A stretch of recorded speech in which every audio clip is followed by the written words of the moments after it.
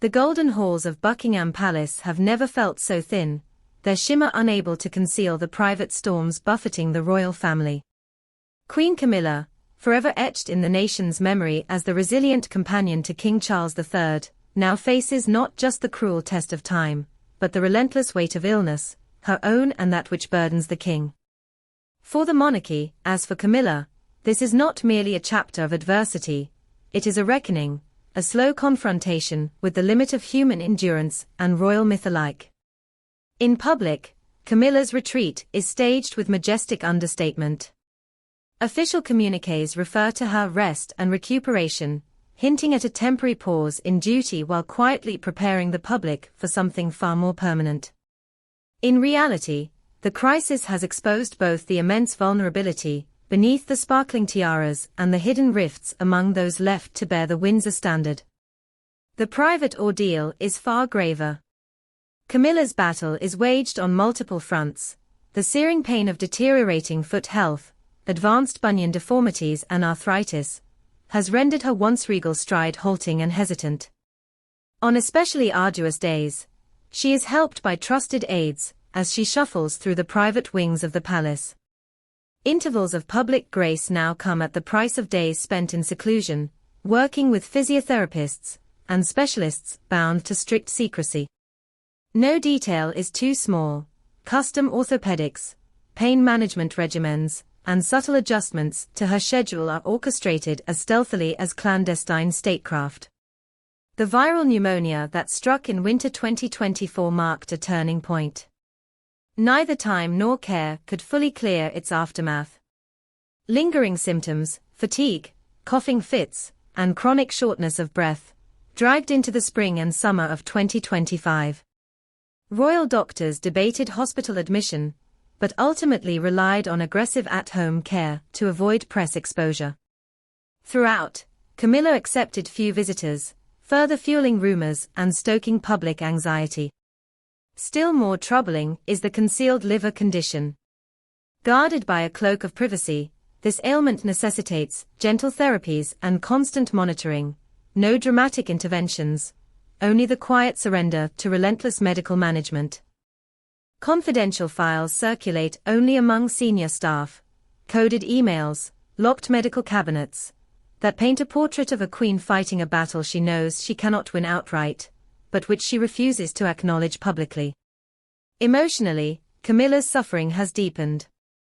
Those closest describe her as tired beyond words, beset not only by infirmity, but by the knowledge that she must carry the king through his own cancer fight. Every royal function attended is now an act of willpower, every moment of public composure masking an oft-anguished retreat as soon as the doors close. Friends recall her as once the last to leave the party, now she is first to seek solitude, her legendary humor gone quiet. The psychological toll extends beyond Camilla. Charles, himself wan and unsteady, is forced to delegate ever more responsibility. His trust anchors on Anne and Sophie, whose calendars now bulge with public duties once the Queen's domain. Behind every new event and leads, every school opening or charity gala Sophie hosts, is not only a tribute to duty but a signal. The Crown is improvising, casting about for continuity, as its principal players stagger beneath hidden burdens. Palace culture has changed palpably.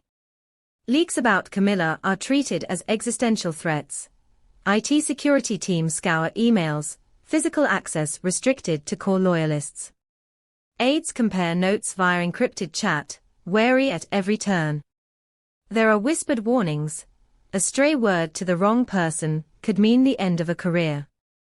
Insiders privately confess that morale, once buoyed by a sense of shared purpose, has slumped into survival mode. This clampdown only feeds external frenzy. The world's media, denied transparency, fill the vacuum with speculation. Newspaper front pages ask if Camilla will abdicate her duties for good.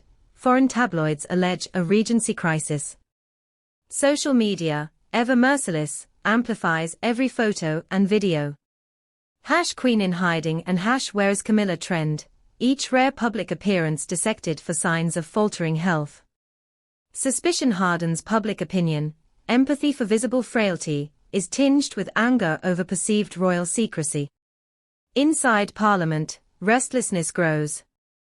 Senior MPs demand to know what contingency plans are in place.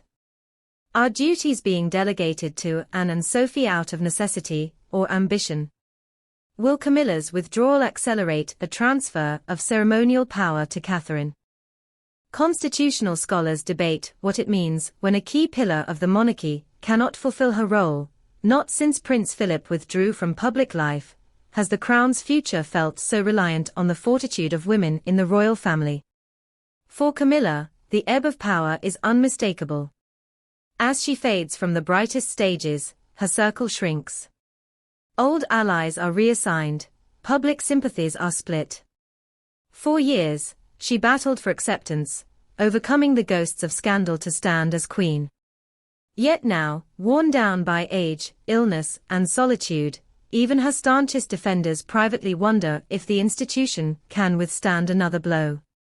Every time Camilla's absence is discussed, we're reminded this is not just a family crisis, it's a constitutional countdown, one senior aide confesses. The impact on royal charities is equally profound. Partners accustomed to Camilla's active patronage adjust to messages of apology, events postponed, speeches delivered by stand-ins, engagement scaled back to whistle-stop video statements, or letters of support rather than hands-on involvement.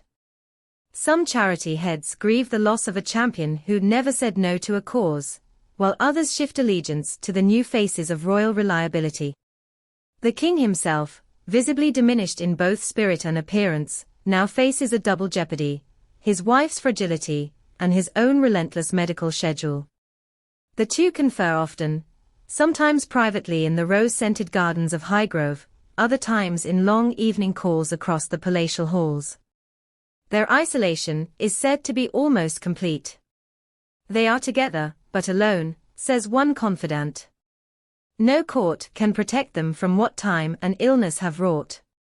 Anne, the real workhorse of the monarchy, balances unflinching loyalty to her family with blunt realism. She counsels Charles on next steps, reassures staff, and, when necessary, fields questions from worried ministers. Her growing dominance is acknowledged by all, but even Anne whispers doubts about how long the crown can mask its growing instability. Catherine and William, meanwhile, step deeper into the breach. Their public profile increases by the week, even as they navigate strains of their own. For William, the lessons are clear: adaptation is survival. Fewer, sharper public duties. Radical message control. Ruthless focus on projects that prove the monarchy's relevance, or risk being swept away by tides of skepticism and fatigue. Amid all this, the palace's traditional walls of silence are crumbling faster than ever before. Leaked memos reach the press with embarrassing ease. Old staffers, aggrieved by the culture of fear, begin to speak to journalists, filling in gaps, framing the withdrawal as a harbinger of wider decline. It's not just Camilla, one former page insists. It's the whole system. If she can vanish, anyone can. As the summer sun glints off the palace gates, there is a growing awareness, within and without, that the golden age may well be ending. The tension inside Buckingham is matched only by a weary fog outside. For the monarchy, every moment of fragility is broadcast, debated, and replayed as a warning. So where does this leave a family, and a kingdom, now poised uneasily between bravery and resignation? Camilla's decline, brought on as much by life's cruel odds as by the relentless expectations of public service, is not just her story. It is the mirror in which the House of Windsor, and all Britain, must now see themselves.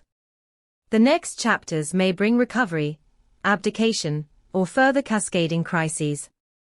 Each possibility carries its own risks, its own heartbreaks, and the shadow of irretrievable loss. Yet as Camilla rests in the quiet of Windsor or the solitude of Highgrove, one truth remains: even a crown cannot armor the human heart forever. Stay tuned and keep watching, because the fate of the monarchy is being written in these unseen, fragile moments, moments that, when finally revealed, will forever change the story told in these golden halls.